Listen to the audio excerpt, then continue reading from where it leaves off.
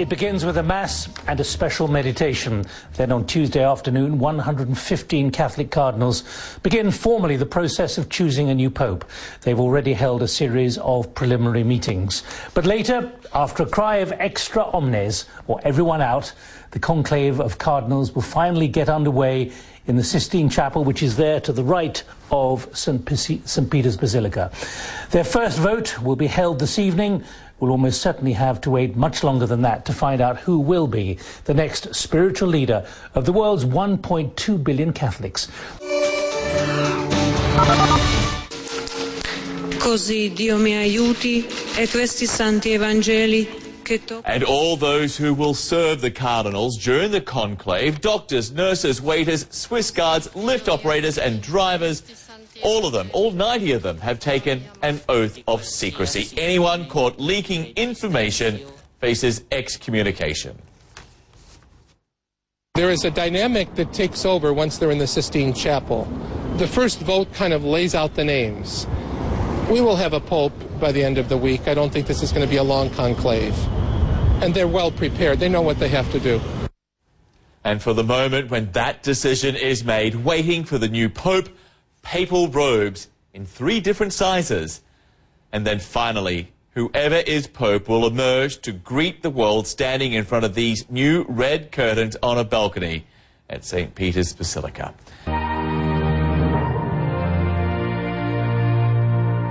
So, who could the next pope be? Well, the insider's insider is this man, Cardinal Angelo Scola, Archbishop of Milan and currently the bookmaker's favorite.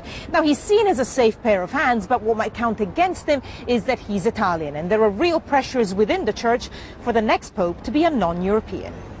And that's because the church is really growing in the developing world, Latin America, but crucially Africa. So could this man, Cardinal Peter Turkson of Ghana, get the required 2/3 majority to be elected pope? He has very strong credentials when it comes to leading the growing Catholic Church in Africa, but he hardly has any experience in dealing with the very intricate politics of the Vatican. So might we see a compromise candidate? Well, at least 2 cardinals potentially fit that bill. First of all, Cardinal Leonardo Sandri. Now, born in Argentina, he's very aware of the problems of the developing world, but his parents were Italian, and so he's very much a Vatican insider. And then there's Cardinal Odilo Scherer, of German descent, but Archbishop of Sao Paulo in Brazil, which, with a population of just under 200 million people, is the world's biggest Catholic country. Today, the drapes went up on the balcony where the next pope will first appear. The Sistine Chapel's temporary chimney is ready to signal the news from the secret proceedings under Michelangelo's ceiling. These may be the most famous stoves in the world. This one here on the right is where the ballots are burned. And then on the left, that is where the chemicals are put in to signify if there is a pope, that's white smoke. If there's no pope, black smoke.